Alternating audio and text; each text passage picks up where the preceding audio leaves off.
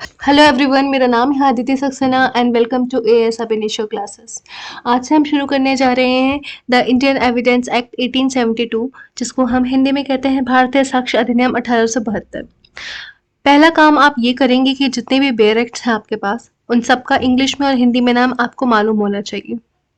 ठीक है, अब इसके सेक्शंस की तरफ बढ़ने से पहले हम कुछ बेसिक चीज़ें जान लेते हैं।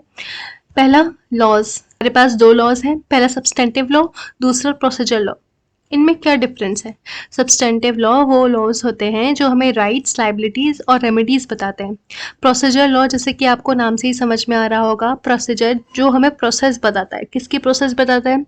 जो सब्सटेंटिव लॉ में हमारे पास राइट्स, लाइबिलिटीज और रेमेडीज हैं, उनको हम अवेल कैसे करेंगे, उसका प्रोसेस हमें प्रोसीजर लॉज में मिलता है। अब एग्जाम्पल देख लेते हैं। सब्सटेंटिव लॉ का एग्जाम्पल है Indian penal code, arms act, food adulteration act, dowry prohibition act. इसके साथ Hindu marriage act, transfer of property act और इंडियन कॉन्ट्रैक्ट एक्ट भी सब्सटेंटिव लॉ है। अब बात करते हैं प्रोसीजर लॉज के एग्जाम्पल की तरफ। तो प्रोसीजर लॉज के एग्जाम्पल है सीपीसी, सीआरपीसी। सीपीसी मतलब code of civil procedure, CrPC मतलब criminal procedure code, Indian evidence act जो कि हम पढ़ने जा रहे हैं। अब बात करते हैं केसेस की तरफ। तो दो टाइप के केसेस लिखे हुए हैं, क्रिमिनल केसेस और सिविल केसेस। अब इनके बीच में जो बेसिक डिफरेंस है वो क्या है? क्रिमिनल केस, अगर आपसे कोई पूछे कि क्रिमिनल केसेस कौन से केसेस होते हैं, तो आपको बोलना है जो आईपीसी में ऑफेंसेस दिए हैं वो क्रिमिनल केसेस हैं। और क्रिमिनल केसेस और सिविल केसेस में कौन कौन से केसेस आते हैं? फॉर एग्जांपल डिवोर्स से रिलेटेड कोई केस है, आपका कॉन्ट्रैक्ट से रिलेटेड कोई केस है, तो वो सारे केस आपके आएंगे सिविल केस में। ठीक है, दूसरा डिफरेंशिएशन आप ऐसे समझ सकते हैं कि जो समन इशू होता है वो डिफेंडेंट के अगेंस्ट सिविल केस में होता है, लेकिन इसमें क्रिमिनल केस में एक्यूज्ड के अगेंस्ट समन भी इशू किया जा सकता है और वारंट भी इशू किया जा सकता है। एक और डिफरेंस आप मेंशन कर सकते हैं कि enforcement of judgment in civil case की जब बारी आती है तो यहाँ पे बोला जाता है एग्जीक्यूशन ऑफ डिक्री। वहीं हम क्रिमिनल केस में एनफोर्समेंट की बात करें जजमेंट की, तो या तो कोर्ट एक्यूज्ड को एक्यूटल बोल देगी कि वो एक्यूटल है, या फिर एक्यूज्ड को सेंटेंस सुना देगी उसके ऑफेंस के लिए। तो ये दो केसेस हैं, याद रखिएगा, सिविल केसेस और क्रिमिनल केसेस। अब इसके प्रोविजंस की तरफ बढ़ते हैं। तो बात करते हैं part 1, relevancy of facts. Relevancy of facts को हम एक इलस्ट्रेशन से समझते हैं। फॉर एग्जाम्पल, ए ने बी को चाकू से मारा। अब सी आया फैक्ट्स देने के लिए। सी ने ये कहा कि बी वेजिटेरियन है और ए नॉन वेजिटेरियन है। तो क्या ये रिलेवेंट फैक्ट होगा?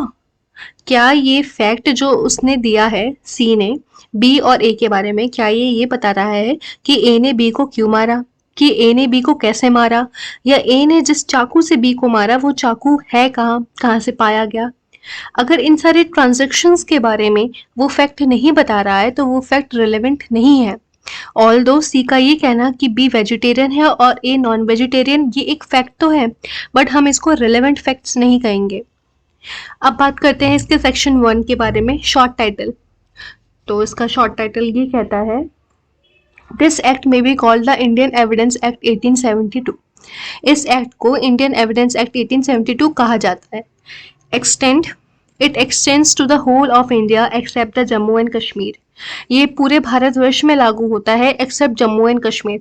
लेकिन अब ये जम्मू कश्मीर में भी लागू होगा, जैसा कि आप सब समझते हैं, जानते हैं कि 370 आर्टिकल हट चुका है जम्मू कश्मीर से, तो अब ये अधिनियम वहाँ पे भी लागू होगा। And applies to all judicial proceedings in or before any court. सारे जुडिशियल प्रोसीडिंग्स में ये लागू होगा, इंक्लूडिंग कोर्ट्स मार्शल। जो कोर्ट्स मार्शल हैं उन पर भी ये अधिनियम लागू होगा।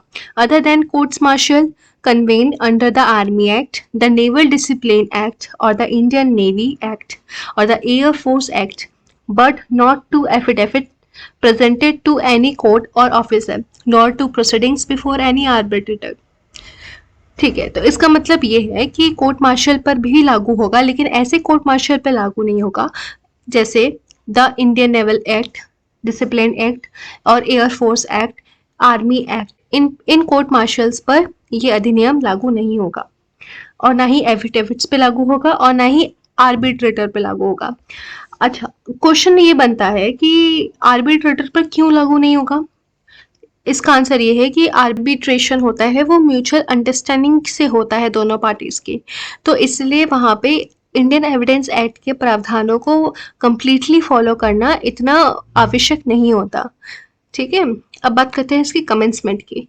इसका कमेंसमेंट कभी कभी बच्चों को समझ में नहीं आता कि कौन सी डेट है, क्योंकि हमें ऊपर दी गई है डेट 15 मार्च 1872 और नीचे हमें दिया है 1 सितंबर 1872। तो सब ये कंफ्यूजन हो जाता है कि कमेंसमेंट ऑफ एक्ट इसमें दिया है कि 1 सितंबर 1872 को हुआ है, तो 15 मार्च 1872 को क्या हुआ है? तो जैसे कि यहाँ पे लिखा है and it shall come into force on the first day of September 1872। ये फोर्स में कब आया? First day of 1872। आपको इसमें बिल्कुल भी कंफ्यूजन नहीं रखना, इसका कमेंसमेंट हुआ था फर्स्ट डे ऑफ 1872 को और गवर्नर जनरल ने इसको रिसीव किया था 15 मार्च 1872 को। क्लियर? तो आज के लिए बस इतना ही, मिलते हैं नेक्स्ट वीडियो में। सेक्शन 3 और 4 हम उसमें कवर करेंगे। अगर आपको मेरी वीडियो अच्छी लगी हो तो इसको लाइक करें, शेयर करें, सब्सक्राइब करें मेरे चैनल को। तक पढ़ते रहिए, पढ़ाते रहिए। Thanks for watching.